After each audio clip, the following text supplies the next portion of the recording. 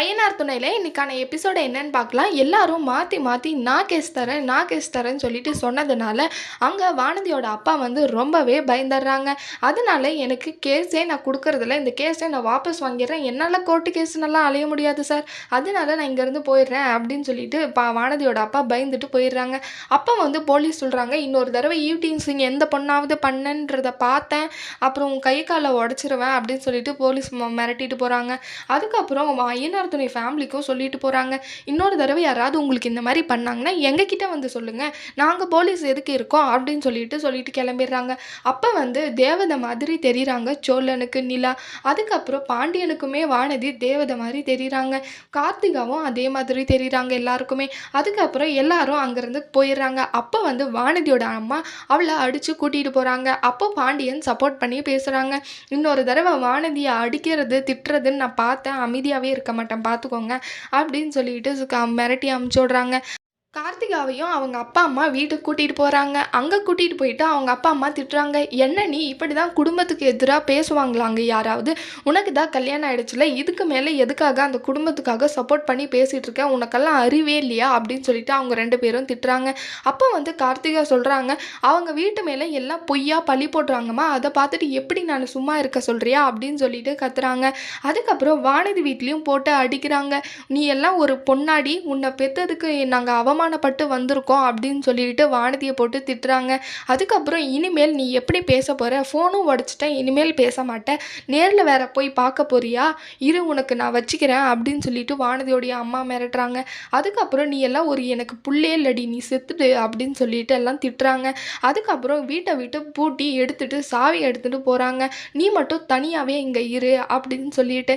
அதுக்கப்புறம் சேரன் அண்ணா சொல்கிறாங்க, இனிமேல் நிலாவோட நம்ம தனியாக விட வேண்டாம், அவ கூட எப்பவுமே யாராவது ஒருத்தர் இருந்துகிட்டே இருக்கலாம், ஆஃபீஸ்க்கு போனால் கூட்டிகிட்டு போய் விட்டுட்டு வர்றப்போ வெயிட் பண்ணி கூட்டிகிட்டு வந்துடலாம் அப்படின்னு சொல்லிட்டு சொல்கிறாங்க. அப்போது சோழன் சொல்கிறாங்க, நிலாவுக்கு எப்போவுமே இண்டிபெண்ட்டாகவும் தனியாகவே தானே தேவையானது எல்லாமே அவங்களுக்கே செய்யணுன்னு தான் இஷ்டப்பட்டுட்டு இருந்தாங்க, இப்போ என்னடான்னா நம்ம கொடுத்துட்டு வாங்கிக்கிற மாதிரிலாம் இருக்குன்னா அவங்க இஷ்டம் போல் இப்போ தனியாகவே இருக்கட்டும், இப்போ நம்ம கூட்டிகிட்டு வந்தோம்னா இந்த ஊருக்கு பயந்து நம்ம இந்த மாதிரி பண்ணுறோன்னு நினச்சிப்பாங்க, இவங்க வாயெல்லாம் அடைக்கணும்னா நிலா திரும்பியுமே தனியாகவே தைரியமாக போகணும், அப்போ தான் இந்த ஊரோட வாய் அடங்கும் அப்படின்னு சொல்லிட்டு சோழன் சொல்கிறாங்க.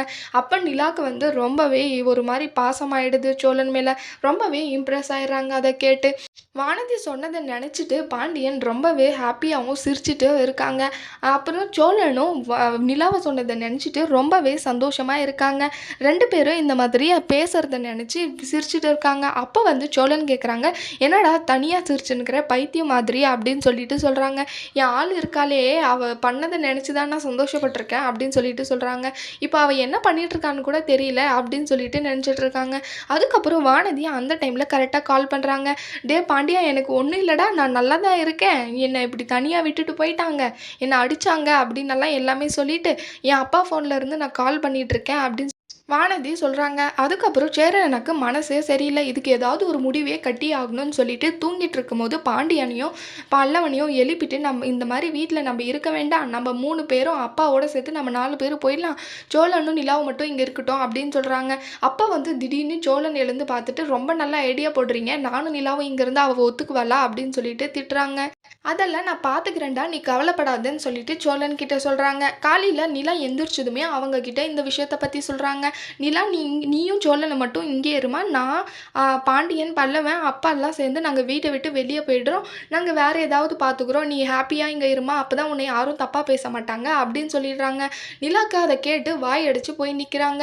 இதுக்கு என்ன பதில் சொல்லுவாங்கன்ட்டு வரப்போகிற வீடியோவில் பார்க்கலாம். இந்த வீடியோ பிடிச்சிருந்தா லைக் பண்ணுங்கள். பாய்.